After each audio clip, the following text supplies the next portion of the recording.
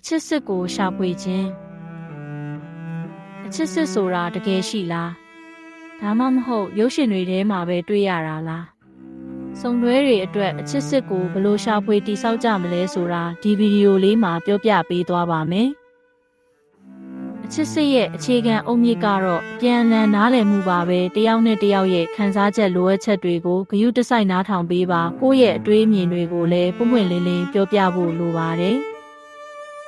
ယုံကြည်မှုမရှိရင်ဘယ်အရာမှခိုင်မြဲမှာမဟုတ်ပါဘူးတယောက်ကိုတယောက်ယုံကြည်မှုအပြည့်ထားပါဂရုတည်ပြီးအမြဲတမ်းရိုးသားပါတစ္ဆာရှိမှုကအချစ်ကိုပိုခိုင်မာစေပါတယ်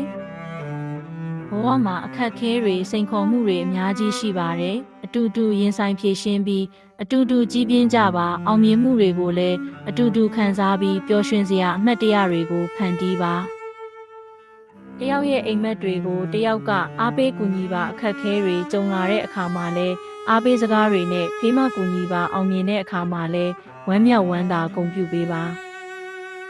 အချစ်စစ်ဆိုတာရုတ်တရက်ပေါ်လာတာမဟုတ်ပါဘူးစူးစမ်းတည်ဆောက်ယူရတဲ့အရာပါဒီဗီဒီယိုလေးကိုကြိုက်နှစ်သက်တယ်ဆိုရင် like share လုပ်ပေးပါနောက်ထပ်ဗီဒီယိုတွေအတွက် subscribe လုပ်ထားဖို့မမေ့နဲ့တော့အချစ်နဲ့ပတ်သက်ပြီးမေးချင်တာတွေရှိရင် comment မှာရေးခဲ့လို့ရပါတယ်